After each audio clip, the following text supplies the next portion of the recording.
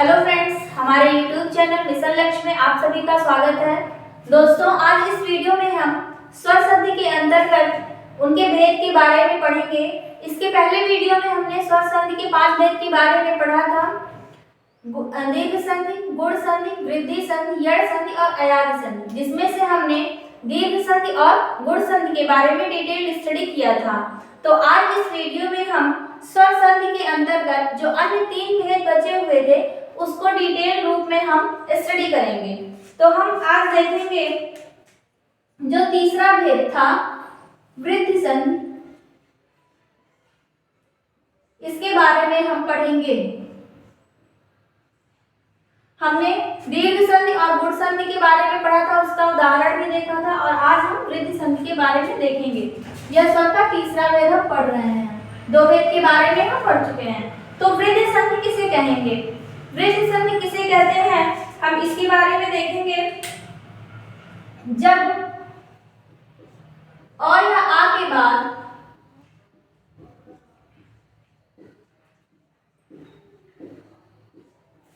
आ या आ के बाद क्रमशः जब आ या अ के बाद ए या ए वर्ड आए, या फिर ओ या अ वर्ड आए, तो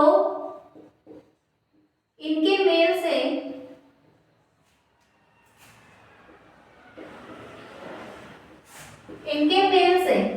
क्रमशः कौन कौन सा वर्ड बनेगा। और या आ के बाद जब ए और ए आएगा तो वहां उसके बाद कौन सा वर्ड बनेगा, ए बनेगा। और जब अ या आ के बाद ओ या अ आएगा तो वहां पर क्या बनेगा, अ स्वर वर्ड बनेगा। जब अ या आ के बाद ए या ए, ओ या अ आए तो इनके मेल से क्रमशः ए या अ सब अ बनता है, वर्ड बनता है यहाँ पर। तो यहाँ हम देख रहे हैं कि 2 स्वर वर्णों के मेल से परिवर्तन हो रहा है और एक नया स्वर वर्ड बन रहा है। लेकिन वो कौन कौन से स्वर वर्ड हैं, अ या आ जो पहले आएंगे, मतलब पहले शब्द के बाद में आएंगे, और दूसरे शब्द के पहले में ये वर्ड आएंगे। इसको हम देखेंगे। यहाँ पर अ या आ के बाद जो पहला शब्द है उसके अंतिम में अ या आ आए, और इसके बाद जो दूसरा शब्द है उसके बाद ए या ए आए, तो कौन सा शब्द बनता है, कौन सा वर्ड बनेगा यहाँ इन दोनों के मेल से, ए बनेगा। और इसी तरह से जब अ या आ के पश्चात ओ या फिर अ स्वर वर्ड आए तो यहाँ पर क्या बनेगा, यहाँ पर अ वर्ड बनेगा। यह किसका हम लोग अध्ययन कर रहे हैं, वृद्धि संधि का अध्ययन कर रहे हैं। यहाँ पर अ या आ के बाद ए आया है तो ए बनेगा, और यहाँ पर अ बनेगा। इसका उदाहरण हम देखेंगे साथ ही साथ में इसके। तो हम सबसे पहले देखते हैं इसमें 1 धन 1। दोस्तों, जब हम यहाँ पर इन दोनों शब्दों को मिलाएंगे तो यहाँ हम ध्यान देंगे कि पहले शब्द के अंतिम में कौन सा वर्ड यहाँ पर छिपा हुआ है, अ है, क के साथ अ जुड़ा हुआ है। और जो दूसरा शब्द है उसका जो पहला वर्ड है वह क्या है, ए है। तो यहाँ इन दोनों वर्णों के मेल से कौन सा वर्ड बनेगा, ए बनेगा।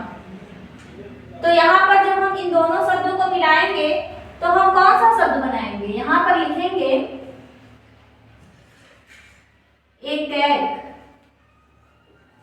तो इस तरह से इस संधि में, वृद्धि संधि में जब हम इन दोनों शब्दों को जोड़ेंगे तो यहाँ पर कौन सा शब्द बनेगा, एक और एक मिलकर के क्या बनेंगे, एक। इसी तरह से हम इसका दूसरा उदाहरण देखेंगे। मत धन एक। इससे कौन सा शब्द बनेगा, यहाँ पर हम देखेंगे पहले, सबसे पहले क्या है, यहाँ पर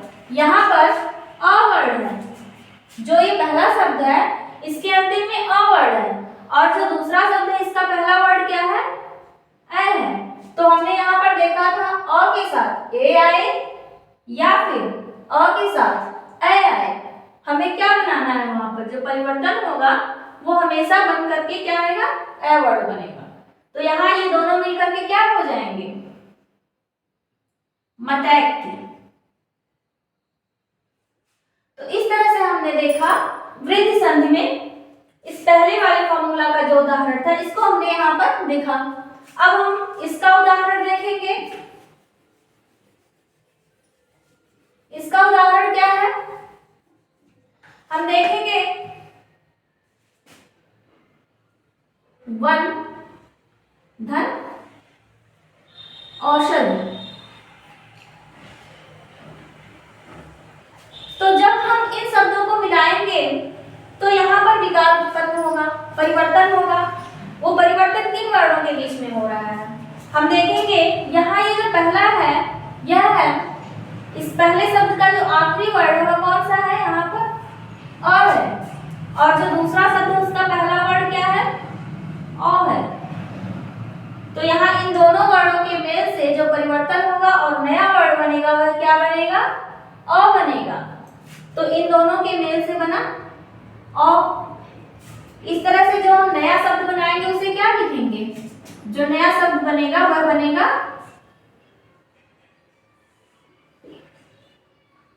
वनौषधि। यह क्या हो गया, वृद्धि संधि का उदाहरण हो गया। इसी के साथ साथ हम एक और उदाहरण देखेंगे जो अक्सर पूछ लिया जाता है एग्जाम्स में, वह क्या है, महाधन औषधि।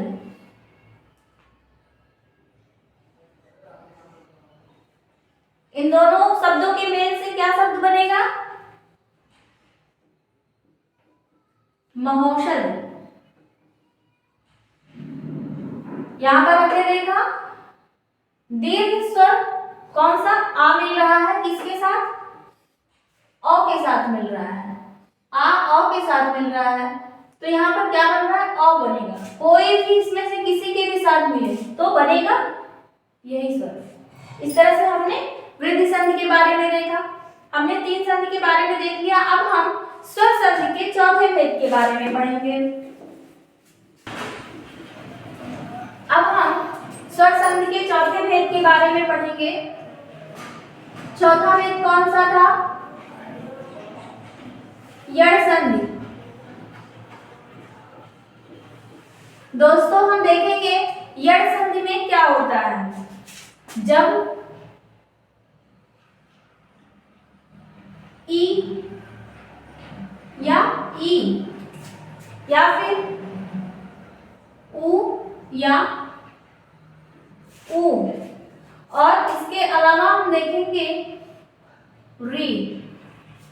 इनके पश्चात जब ई या उ या री के बाद कोई अन्य स्वर आए, जब इनके बाद कोई अन्य स्वर आए, मतलब कि यहाँ पर जो ये स्वर है इनके बाद ये सेम स्वर ना आए, समान स्वर ना आए, उसके अलावा कोई भिन्न स्वर उसके बाद आ जाए तो क्या होगा, तो इनके मेल से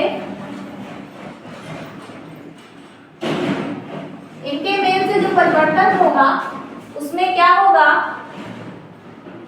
ई या ई का यह हो जाता है, उ या उ का वह हो जाता है, और री का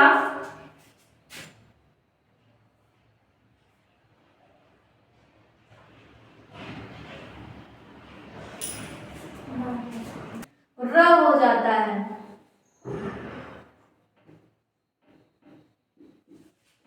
तो यहाँ पर हमने क्या देखा कि ई या उ या री के बाद कोई भिन्न स्वर आए, उनके समान स्वर ना आए, अन्य स्वर आए, तो उनके मेल से क्या होगा, ई का ई या ई का क्या हो जाएगा, य हो जाएगा, उ या उ का व हो जाएगा और री का र हो जाता है। इसको हम देखेंगे जब ई या ई के पश्चात अन्य स्वर आ रहा है, अन्य स्वर कहें या फिर हम यहाँ लिख सकते हैं असमान स्वर, मतलब जो इनके समान नहीं है, असमान या भिन्न स्वर आ जाएगा। तो क्या होगा, यहाँ पर ई या ई का यह हो जाता है।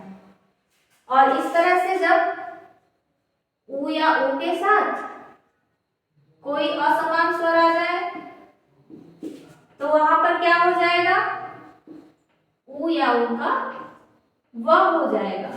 और री के साथ जब कोई असमान स्वर आ जाए तो वहां पर इस री का र हो जाता है।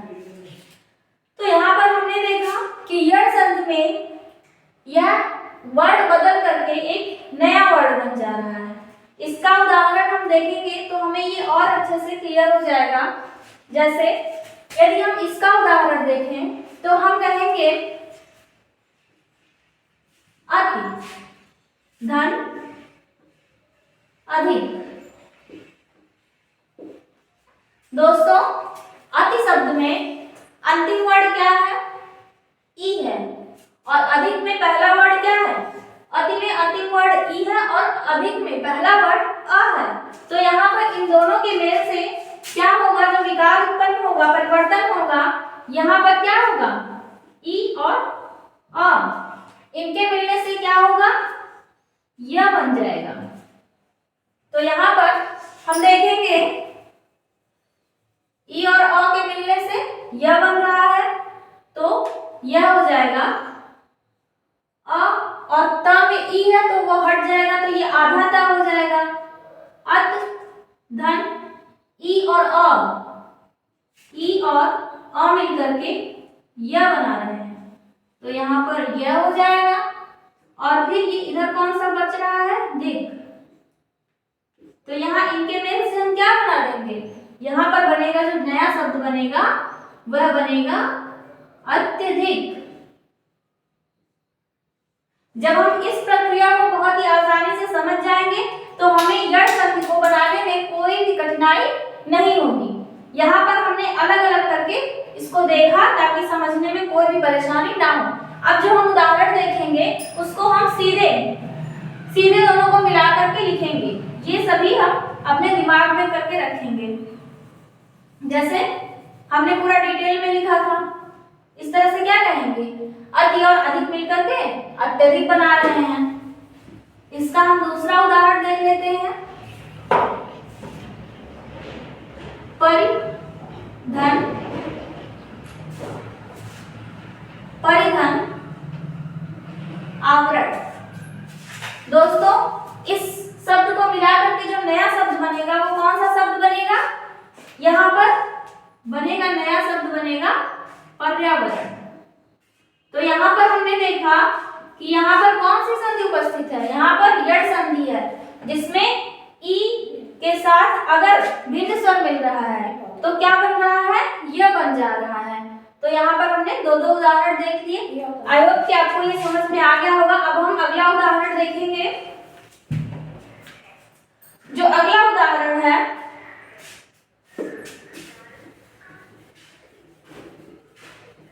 उसको हम यहाँ पर देखेंगे।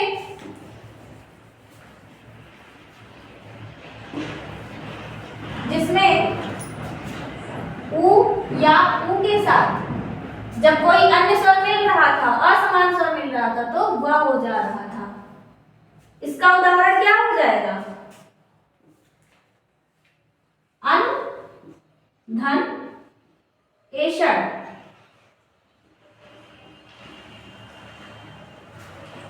यहां पर हम देखेंगे पहले शब्द के अंतिम में क्या है,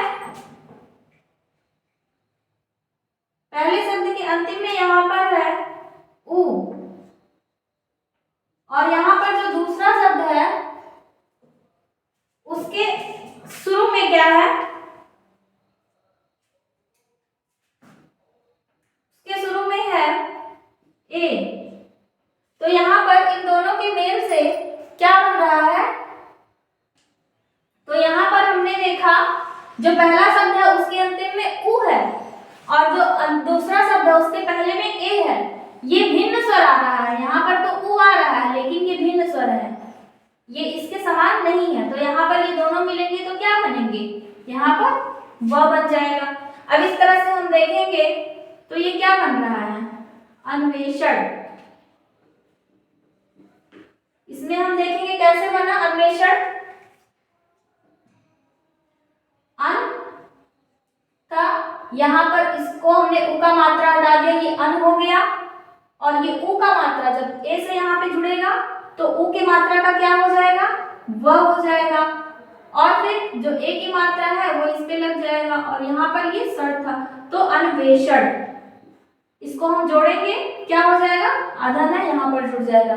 इस तरह से हमने देखा कि यण संधि में जो दूसरा उदाहरण है वह क्या था, अनुधन बराबर अन्वेषण। अब हम तीसरा देखेंगे जिसमें हमने री का र किया था। यहाँ पर हमने पढ़ा कि उ या उ का व हो जाता है, यह भी हमने देखा। अभी अब हम देखेंगे जहां पर री का र हो जाता है असमान स्वर आने पर। तो इसका उदाहरण हम देखेंगे, पितृ धन अनुमति। यहाँ जो पहला शब्द है उसके अंतिम में कौन सा वर्ड आ रहा है, यहाँ पहले शब्द के अंतिम में आ रहा है री वर्ड और जो दूसरा शब्द है इसके पहले में कौन सा वर्ड आ रहा है, इसके पहले आ रहा है असमान स्वर आ रहा है, मतलब भिन्न स्वर है, ये री के बराबर री के समान नहीं है।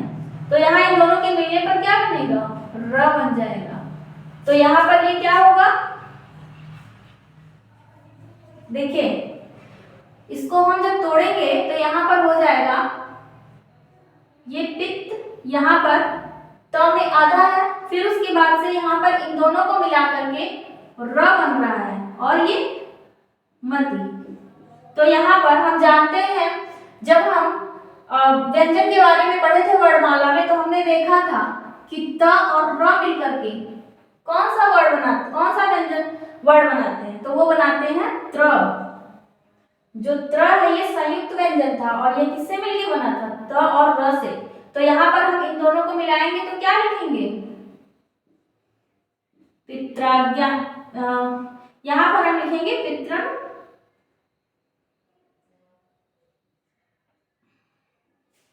यहाँ पर ये नुमति शब्द था यहाँ पर जो हमें यहाँ पर लिखना था।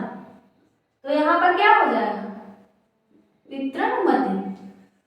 तो यहाँ पर हमने देखा कि र बन रहा है और र के बनने के बाद किस तरह से हम इनको जोड़ रहे हैं। तो यह सब हमारे समझने की चीज थी।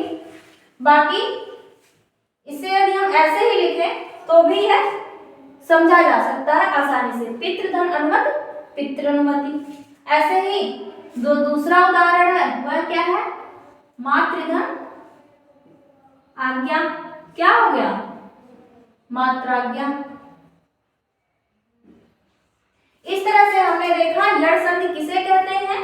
यण संधि का जो एक छोटा रूप था जिसे हम अपने दिमाग में रख के याद कर सकते हैं वो भी हमने यहाँ पे बनाया और उसके साथ ही हमने उसका उदाहरण भी देखा। तो इस तरह से हमने स्वर संधि के 4 भेदों के बारे में पढ़ लिया है। और दोस्तों अब हम स्वर संधि के 5वें भेद के बारे में पढ़ते हैं। तो स्वर संधि का 5वां भेद कौन सा था, हमने पहले वीडियो में पढ़ा था कि स्वर संधि का जो 5वां भेद था वह था अयादि संधि। अयादि संधि यह है 5वां भेद किसका, स्वर संधि का। हमने किसके बारे में पढ़ा, दीर्घ संधि, गुण संधि, वृद्धि संधि, यण संधि और अब हम पढ़ रहे हैं अयादि संधि के बारे में। तो दोस्तों अयादि संधि किसे कहते हैं, हम कैसे देख करके पहचान सकते हैं कि इस शब्द में अयादि संधि छिपा हुआ है। तो हम देखेंगे कि जब ए या ए के पश्चात, या फिर ओ या ओ के पश्चात। यहां पर हमने क्या देखा, जब ए या ए के बाद या फिर ओ या ओ के बाद कोई अन्य स्वर आए, अन्य स्वर, या फिर हम इसे क्या कह सकते हैं, असमान स्वर, मतलब जो इसके समान स्वर ना हो, मतलब ए या ए के बाद ए या ए फिर ना आए, और ओ या ओ के बाद भी ओ या ओ ना आए, तो हम कहेंगे जब ए या ए के बाद या फिर ओ या ओ के बाद कोई असमान स्वर आए तो क्या होता है, तो इनके मेल से जो परिवर्तन होता है, इनके मेल से, क्योंकि हम स्वर में पढ़ रहे हैं इसमें स्वरों के मेल से परिवर्तन हो रहा है, तो इनके मेल से क्या होगा, क्रमशः क्रमशः क्या होगा, ए या ए का, यहां पर हम देखेंगे ए या ए का ए या आय हो जाता है, तो हम अलग अलग देखेंगे। यहां पर ए का क्या हो जाता है, ए का आय हो जाता है, ए का आय हो जाता है, और ये आय में परिवर्तित हो जाता है, विकार उत्पन्न होता है मेल से, जो ओ होता है वो ओ का अब हो जाता है, और उसके साथ ही हम देखेंगे कि ओ का आव हो जाता है। तो यहाँ पर हमने देखा अयादि संधि में, इसी तरह से हमने यड़ संधि में भी देखा था, उसमें जो वर्ण था उसके साथ असमान स्वर जुड़ रहा था और परिवर्तन हो जा रहा था, नया वर्ण बन रहा था। यहाँ पर भी हमने देखा ए या ए के पश्चात या फिर ओ या ओ के पश्चात जब कोई अन्य स्वर आता है, अन्य स्वर से क्या तात्पर्य है, इनके समान कोई भी स्वर ना हो, तो वहां पर क्या होगा, वहां पर ए का आय हो जाएगा, ए का आय हो जाएगा, ओ का औ हो जाएगा और औ का आव हो जाता है। इसको हम छोटे रूप में लिखते हैं तो हम कहेंगे ए के बाद कोई असमान स्वर आ रहा है, ए के बाद असमान स्वर आ रहा है, तो क्या हो रहा है, ए में परिवर्तित हो जा रहा है। ठीक है, यहां पर हम देखेंगे ए के बाद जब कोई असमान स्वर आ रहा है तो ए का आय हो जा रहा है। ये तो परिभाषा था, लेकिन इसको छोटे रूप में याद करने का जो तरीका है उसको हम इससे याद रख सकते हैं। यहाँ पर छोटे रूप में हम उसको लिख करके याद रख सकते हैं। और जो ओ है उसके साथ जब असमान स्वर आएगा तो वहां पर क्या हो जाएगा, ओ का अब हो जाएगा, और औ के बाद जब असमान स्वर आएगा तो वहां पर क्या हो जाएगा, औ का आ हो जाएगा। तो दोस्तों यहाँ पर हमने देखा किस तरह से स्वर वर्णों के मेल से परिवर्तन हो रहा है। यह अयादि संधि हम पढ़ रहे हैं। अब हम इस छोटे रूप को समझने के लिए हम उदाहरण का सहायता लेंगे।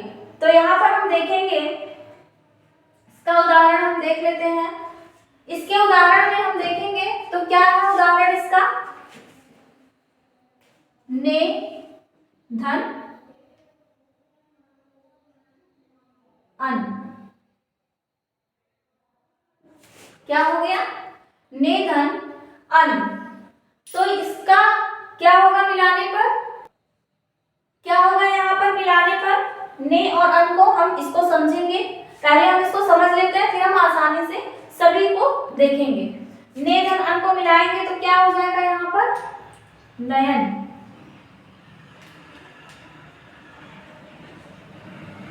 ने धन अन क्या हो रहा है मिलकर के, नयन। यहाँ पर ए है और यहाँ पर अ है, असमान स्वर है, तो ए और असमान स्वर मिल रहा था तो ए का ऐ हो जा रहा था।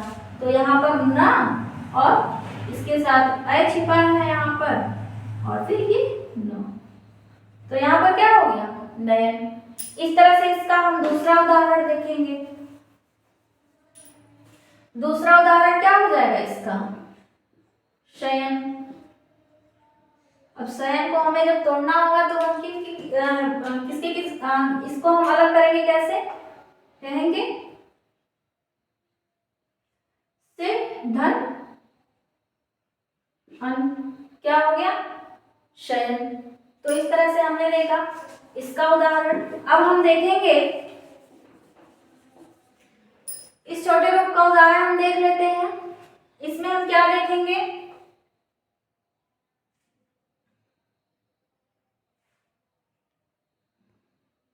न धन अक, तो न और अक मिलकर के क्या बन जाएगा? यह बन जाएगा नायक।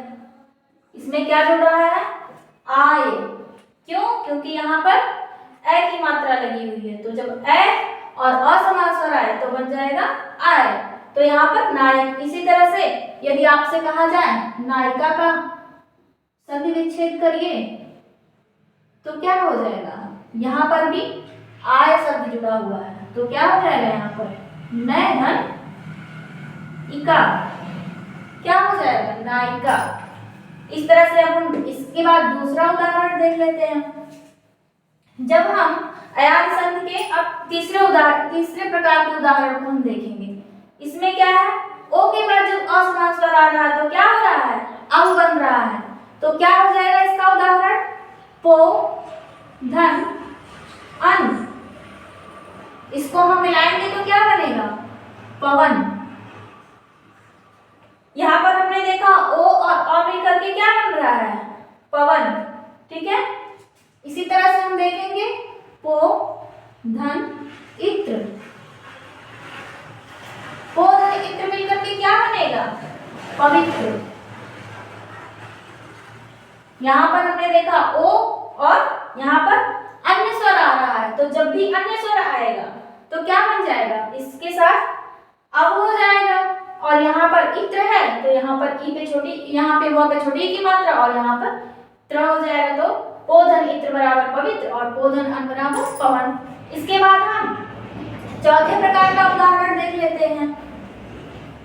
अयाल संधि में जब हम इसका उदाहरण देखेंगे तो हम कहेंगे नाविक। नाविक शब्द में यहाँ पर हम देख रहे हैं आव, आव शब्द आ रहा है, तो यहाँ पर क्या हो जाएगा?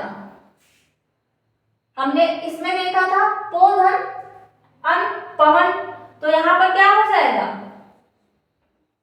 नौ धन इत्र, क्या हो गया? नाविक। कैसे? यहाँ पर अ है और यहाँ पर असमान स्वर है, तो जब अ के बाद असमान स्वर आए तो यहाँ पर आव हो जाएगा और ई की मात्रा नाविक हो गया। इसी तरह से हम देखेंगे भव धन उक। जब हम इसको मिलाएंगे तो क्या बनेगा? भावुक। दोस्तों, इस तरह से हमने देखा अयाली संधि किसे कहते हैं और अयाली संधि को हम छोटे रूप में कैसे याद रख सकते हैं, और अयाली संधि के सभी उदाहरणों को हमने देखा। अब इस तरह से हमने स्वर संधि के पांचों भेदों के बारे में डिटेल स्टडी कर लिया है, तो अभी इतना ही हम समझते हैं। Okay friends, thank you.